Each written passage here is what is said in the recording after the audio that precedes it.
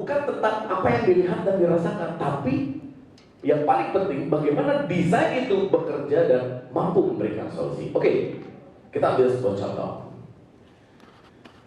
Kalau misalkan kita membuat sebuah desain kemasan, oke, kayak kemarin saya sama Pak Imam ada program bedakan dari Kementerian Pariwisata.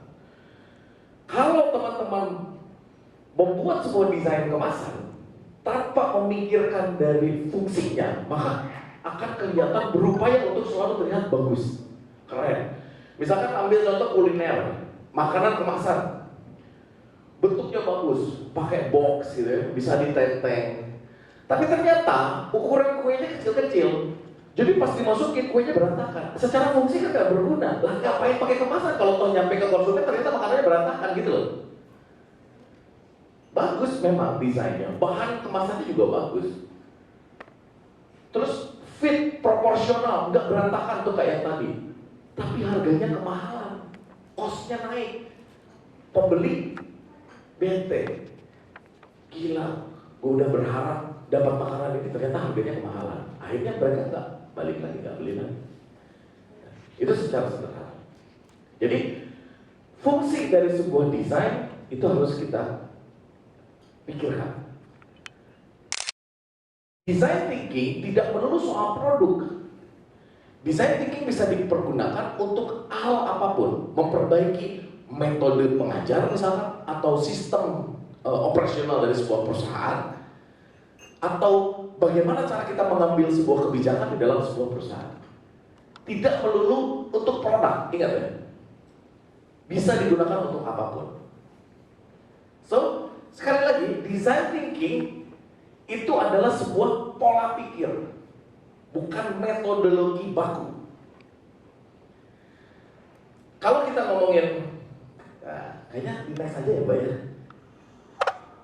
Oke. Kalau kata Steve Jobs, desain itu bukan tentang apa yang dirasa dan dilihat saja, tapi fungsi. Kalau menurut pakar marketing, ini sohib saya nih, zaman saya botak dulu nih, kayak dia persis nih. Seth Godin bilang, don't find customer for your product, tapi find product for your customer. Nah inilah basic pemikiran untuk dalam produk dari teman-teman.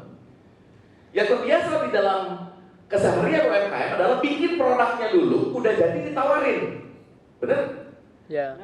Bukan bikin prototipenya dulu, habis itu testing and refine, kalau sudah akurat baru dijual, diproduksi massal. Problemnya kan selalu di situ ya. Egosentrik kita sebagai pengusaha itu merasa produk kita itu oke banget. Ini keren banget nih, gila. Gue mikirnya 7 hari 7 malam mandi kembang di 7 gunung. Gila, mau nyantet apa mau bikin produk? Mau nyantet. Sama-sama kita tukang santet. Terima kasih. Jadi idealisme kita, frame berpikir kita selalu merasa keren menurut kita, padahal yang beli siapa? Si tuku sopo toh? Kan bukan kita, kan orang lain. Boknya tanya gitu, sama yang mau beli. Lu tanyanya piye? Mas, ini mas, ada target market saya. Misalkan anak muda, kuliah, kotoran tiap hari. Ada target market saya. Sini, duduk tempat saya. Tampar, jangan. Sini duduk. Mas, saya ini tukang bikin kaos. Saya jago banget bikin kaos. Kalau saya mau bikin kaos, Mas pengen bikin kaos yang kayak apa? Mas pengen saya bikin kaos kayak apa? Lalu dia menjawab, Pak, saya itu tiap hari motoran. Saya itu butuh kaos yang gak usah pakai jaket kalau saya pakai motor gitu loh. Jadi bahannya agak tebal, lengan panjang, ada sleeve-nya buat kayak sarung tangan. Terus kalau bisa pakai tartan gitu, terus masuk angin loh.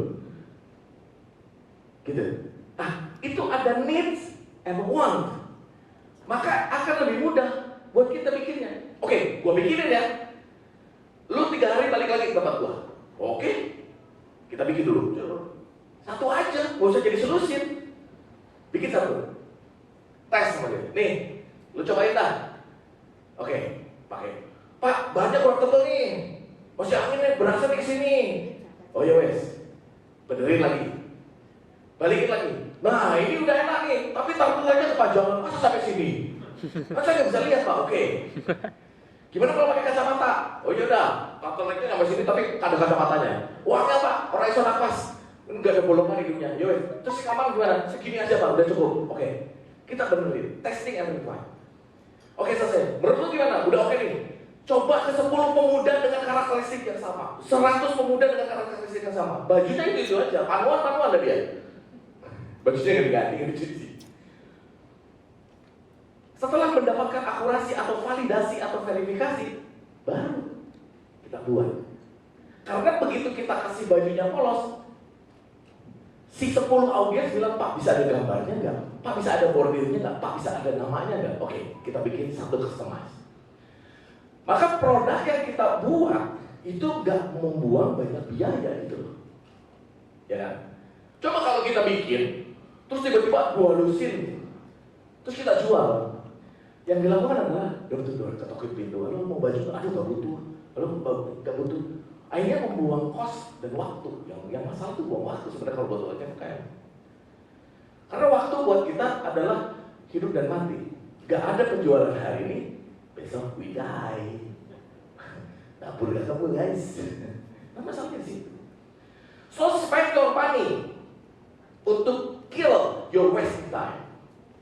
Buang aja duit di situ. Percepat tuh prosesnya sampai ke prototyping, sehingga kita bisa menyediakan produk untuk konsumen, bukan mencari konsumen untuk produk kita. Kadang kita egois gitu, memaksa orang untuk mencintai produk yang kita punya. Sespesial apa sih lu? Coba tanya. Ask yourself. Tanya sama diri sendiri. Sespesial apa sih gue? Sampai bisa memaksa orang untuk mencintai produk saya. Pak, produknya udah jadi. Ya udah sih, tinggal di testing and refine. Kan produknya udah jadi nih. Sekarang posisinya produknya udah jadi. Ya lu testing. Gimana cara testingnya? Kadang kita malas mendengarkan keluhan dan komplain konsumen, merasa bahwa dia mau ke target market gue. Lah, orang dia beli produk lu kok. Gimana sih? Iya bukan target audiens, tapi tidak ada yang salah dengan orang yang membeli produk lu. Lu dengerin, lu catat, sehingga lu mengerti sebuah empati. Lu mengerti apa yang mereka inginkan sebenarnya. Next one. So, apa itu design thinking? Next. Design thinking adalah pendekatan pemecahan masalah yang berorientasi pada pengguna. Oke, dari pembicaraan tadi kita sudah tahu poinnya. Pendekatan pemecahan masalah yang berorientasi pada pengguna. Saya garis bawahi dulu di sini, pengguna itu tidak melulu secara eksternal, Pak. User eksternal, tapi bisa juga secara internal. Contoh begini. Saya ngomongin kriya ya. Karena kita idealis untuk membuat sebuah produk yang dalam tanda kutip handmade itu punya nilai jual lebih, tapi kita tidak memperhatikan konstruksi cost yang timbul dari handmade dan eskalasi produksi yang terbatas dari handmade, maka kita merasa anti berhubungan dengan mesin karena ingin mempertahankan estetika. Ada yang salah nggak? Nggak ada yang salah kok dengan itu. Nggak ada yang salah. Tapi kalau kita melakukan pendekatan design thinking, maka kita akan mengerti empati dari konsumen. Contoh, saya mau beli batik, tapi batiknya bukan batik tulis yang memang original, tapi saya pengen batik yang memang sesuai dengan kemampuan gaya beli saya. Atau saya ngomongin yang saya kerjakan deh, saya ngomongin payung gelis misalkan, itu kan dari bambu dan kayu. Kalau saya mempertahankan handmade, maka eskalasi produksinya maksimal hanya 150 piece per bulan, dengan durasi pengerjaan satu item itu 3 minggu. Bayangin kalau saya jadi konsumen, beli harus nunggu 3 minggu. Sepercaya apa sih saya sama lu gitu kan, untuk nyimpen duit selama 3 minggu. Terus kita mau genjot kesejahteraan pengrajin kayak gimana kalau eskalasi produksinya maksimum 150 piece per bulan. Ketika kita harus nambah orang, maka nambah kos. Ketika nambah kos, maka harga jualnya setinggi langit, edan tuh. Saya pertama kali bikin prototyping by tulis, harga jualnya berapa? 500.000 guys. Kenapa? Karena kosnya tinggi loh. Mumet kan? Siapa orang gila yang mau beli payung 500.000 dari kayu dan bambu gitu. Walaupun secara fungsi bisa dipakai hujan-hujanan. Kalau dulu masih dekorasi, sekarang udah bisa dipakai hujan-hujanan. Maka saya coba melakukan pendekatan design thinking. Oke, saya konsultasi sama product designer. Ada yang salah nggak kalau gue bikin semi fabrikasi? Nggak ada yang salah, karena kriya itu tidak mungkin dikerjakan totally 100% of machine. Gitu. Kecuali kita berangkat ke China sana, ya, semua jadi mesin kan. Tapi kita ngomongin negara kita dengan sebuah kultur dan sebuah pemberdayaan terkait budaya dan juga masyarakat. Nah, maka dibuatlah inovasi-inovasi beberapa poin krusial yang harus dimesinkan. Misalkan bubut. Sebelumnya bubutnya pakai kejek tuh. Oh, yang diinjek itu kecak-kecak. Itu ngerjain 1000 putus kaki pengrajin saya. Kasihan loh. Lebih mahal itu servis kakinya daripada servis mesinnya. Nah, ada bikin wongku itu kayak bikin buletan dari bambu itu kan harus dijepit bambu, itu repot banget. Tapi ketika ada mesinnya, kita udah tinggal masukin press bulat, masukin press bulat, masukin press bulat, selesai. Dengan melakukan pendekatan design thinking di sisi operasional, daripada saya harus servis kaki pengrajin, maka saya mending investasi mesin. Kenapa? Karena akan lebih efektif dan efisien dan bisa menekan cost. Akhirnya bisa kita jual dengan harga 150.000. Make sense kan? Gue beli kerajinan dari kayu, dari bambu, khas Tasikmalaya, bisa dipakai hujan-hujanan, keren, 150.000. Make sense. Coba kalau gue naikin harganya 1,5 juta, orang bilang, udah gila lo ya. Pengen naik hati gak gini caranya kan? Gitu ya. Kebayang ya? Jadi tidak melulu harus menjadi sebuah prototipe produk, tapi kita bisa implementasikan di dalam berbagai hal. Oke, next. Kenapa itu menjadi krusial? Karena design thinking itu pendekatannya human-centered design. Berorientasi kepada mengerti tentang kebutuhan konsumen. Atau kita sederhanakan dalam bahasa yang namanya empati. Rasa ingin tahu yang mendalam tentang alasan apa yang sebenarnya membuat Anda membeli produk atau jasa kita. Atau kita balik ke kita kenal, alasan apa yang membuat you mau kerja di tempat gue. Jadi kita nggak salah lagi tuh pilih pekerjaan atau pilih karyawan. Bisa dilakukan? Bisa kok. Good design is about meeting human needs and desires. Tempat bertemunya, desain yang baik itu tempat bertemunya antara kebutuhan dan keinginan manusia. Itu yang paling penting. Next. Tapi harus kita sadari bahwa konsumen itu punya 3 sifat ini. Jadi ketika kita mau gali empati, nah ini barrier to entry-nya udah ketahuan nih. Konsumen itu yang pertama malas. Malas loh konsumen itu. Disuruh dine in di tempat kita, ogah. Bisa nggak tuh makanan datang ke tempat gue, ya kan? Ada yang mau datang ke tempat kita, duduk. Pesannya bisa nggak lo yang datang ke gue? Kan gitu, kerjanya gitu. Mau bayar bisa nggak lo yang datang ke gue? Pada dasarnya mereka malas. Gitu. Terus mereka itu nggak mau tahu. Kita lagi repot nih, misalkan di dapur, wah, melayani 1000 pesanan, lagi repot di dapur. Tiba-tiba konsumen, mana pesanan saya lama banget. Bo ya sebentar, ini 1000 loh, masaknya bukan cuma buat kamu loh. Bo ya ngerti loh. Dia nggak mau tahu guys, bodoh amat. Lu mau mati lampu, lu mau habis listrik, lu mau masak 1000, lu mau masak nasi, masak tempe. Gua nggak peduli. Pembeli adalah raja. Kalau di mata saya, pembeli adalah pasangan saya. Orang yang harus jatuh cinta terhadap saya. Begitu dong. Nanti kita belajar bagaimana merubah pembeli itu bukan menjadi raja, tapi orang yang layak mencintai dan dicintai oleh kita. Kita lakukan dengan pendekatan design thinking. Yang ketiga, mereka nggak tahu apa yang mereka mau. Kalau kita tanya, Mas, sebenarnya baju apa sih yang Mas pengen?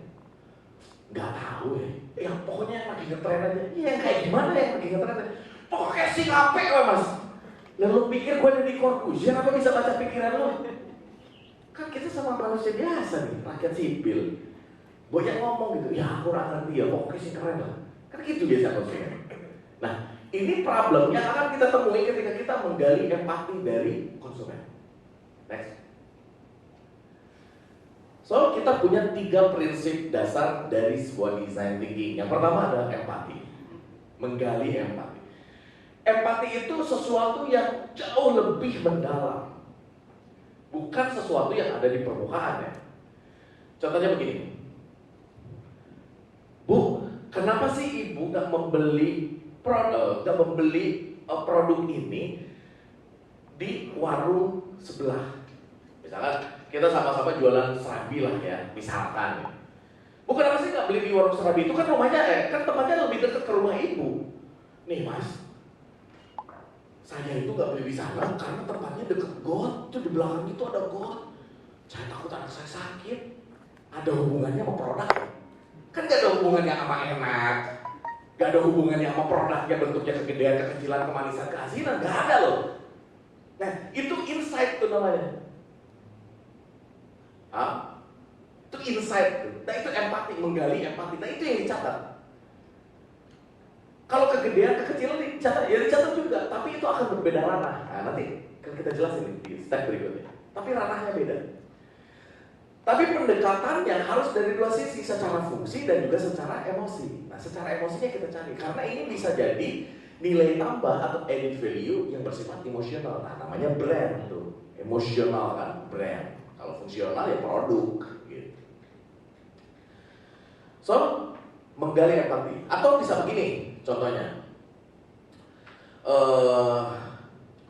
Kalau misalkan kita pergi ke sebuah toko di mana si toko itu berjualan retail, atau misalkan kita sebut misalkan Alfamart, sama satu toko warung kelontongan.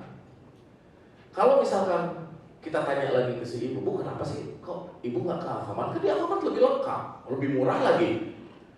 Kenapa sih beli ke si ibu Juju misalkan? Kenapa sih belinya ke warung Bu Juju?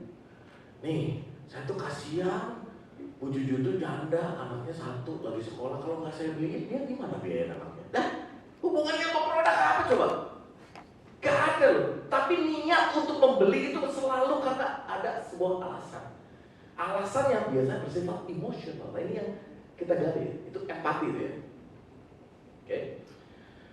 Yang kedua adalah expansive thinking. Ensure wide variety of solution have been explored.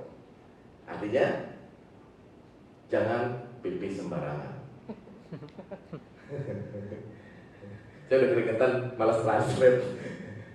So, kalau kita berbicara tentang analytical thinking, biasanya berdasarkan database, kemudian diolah, kemudian dicari satu solusi terbaik. Design thinking, you masukkan solusi sebanyak-banyaknya, seliar-liarnya. Lu catat tuh semua. Lalu lu coba satu-satu. Jadi semakin banyak solusi, semakin banyak ide, maka semakin banyak jalan keluar, alternatif jalan keluar. Seradikal apapun. Jangan, wah kayaknya nggak mungkin. Simple. Mana tahu ini jadi sebuah terobosan. We never know kalau kita nggak pernah coba. So, step terakhir adalah eksperimen. Ketika you punya idea, you eksperimen, lu testing and refine, lu coba. Jangan nggak dicoba. Kalau nggak dicoba jadinya wacana. Ketika ada orang bikin, wah ide gua tuh, ya salah lu, nggak dibikin. Lu dipikir doang. You create. You bikin tuh prototype-nya. You test and you refine. Sama kayak baju tadi tuh. Ya. So itu 3 prinsip dasar dari sebuah design thinking. Sederhana kan? Empati. Ketika kita sudah tahu empatinya, kita cari ide untuk banyak solusi. Jangan dibuang. Keep semua solusi itu. Ya, lalu you coba satu-satu. You testing and refine tuh produknya. Atau you testing and refine metodenya. Cobain. Gak ada yang salah tuh. Namanya juga uji coba. SpaceX buat bisa bikin sebuah roket yang nantinya katanya kita bisa jalan-jalan ke Mars, guys. Itu uji coba dari 2005. Hasilnya gagal dan gagal. Nah, kita UKM cepetin bikin, cepetin gagal. Sering gagal. Itu kuncinya. Karena kalau kita sering gagal, pasti akan mendekati berhasil kan gitu.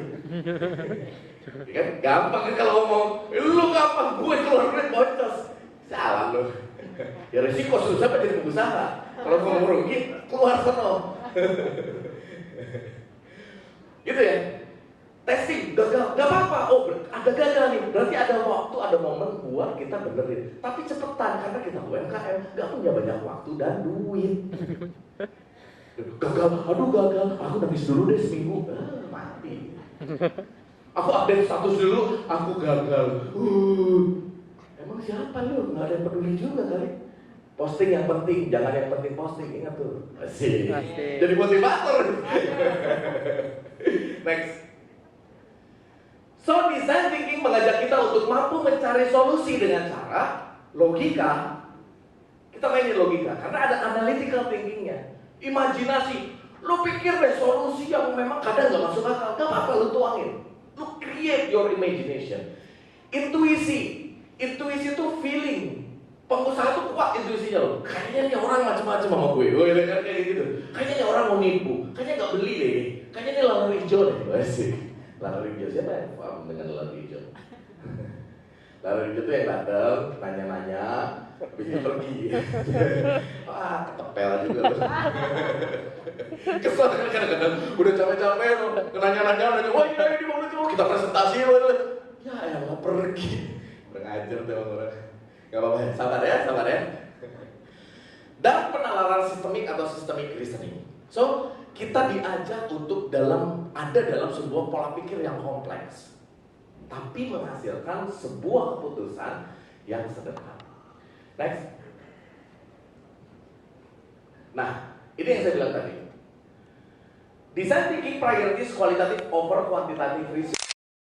Jadi lebih mengutamakan dari sisi kualitatif, bukan kuantitatif. Tapi bukan dalam artian gak dipakai ya, tapi lebih dominan.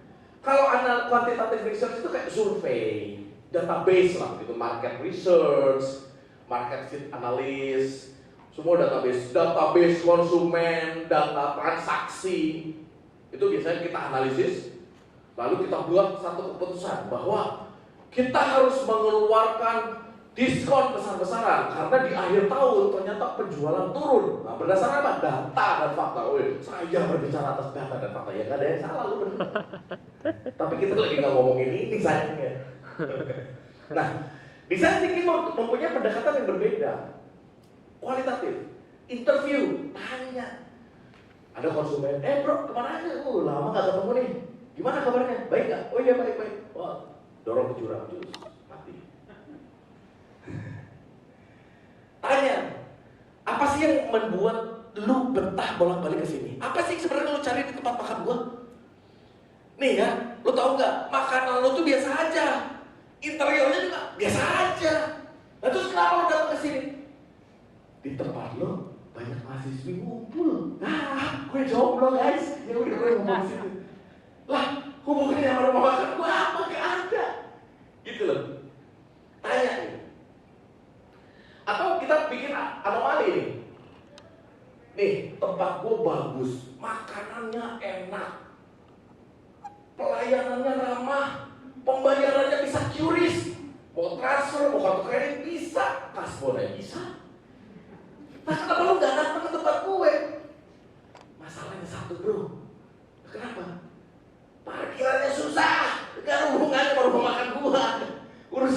parkiran, gitu loh. Ya.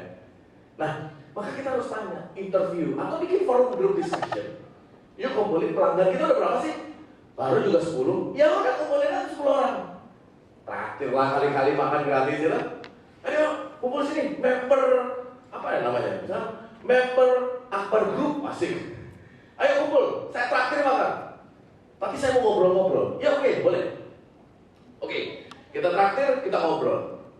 Lalu kita gali informasi sebanyak-banyaknya dari mereka tentang apa yang mereka suka dan apa yang tak mereka suka, apa yang mereka dengar, apa yang mereka lihat.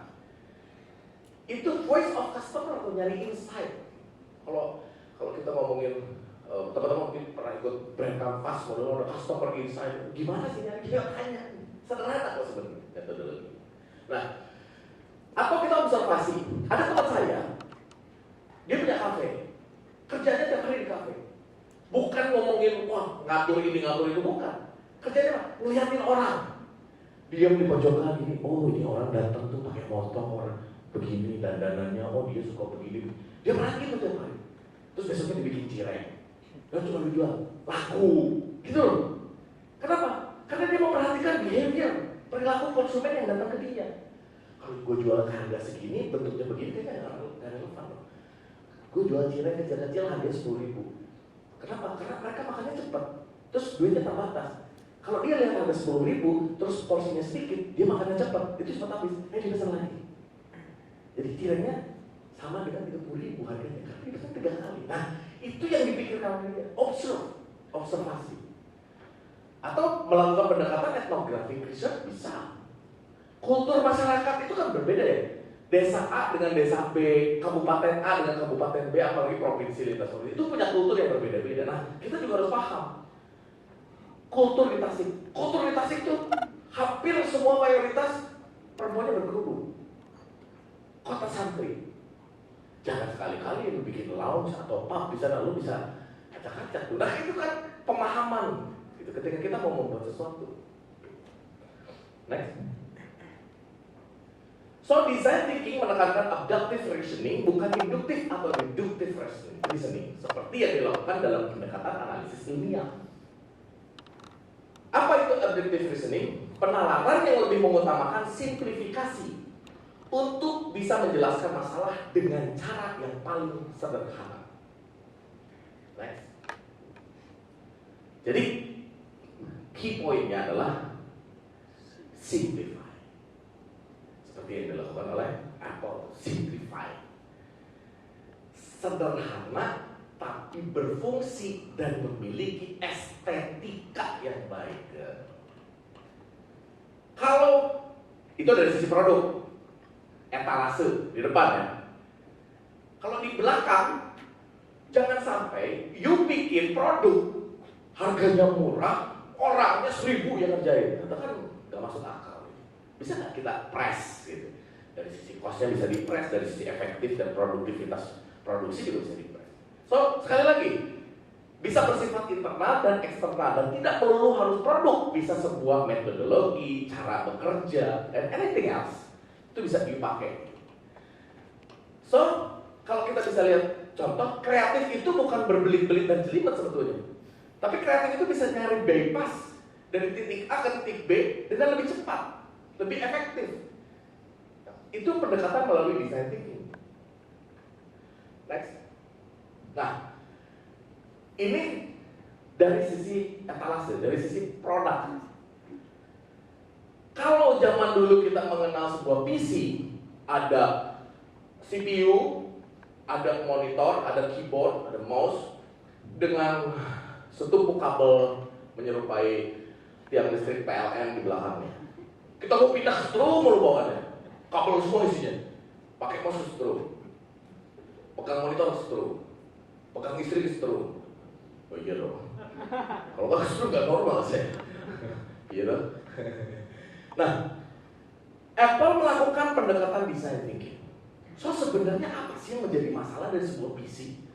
Kenapa sih harus banyak komponen gitu loh? Oke, yang pertama ada CPU, yang kedua ada monitor, komponen penting dalam sebuah perangkat komputer.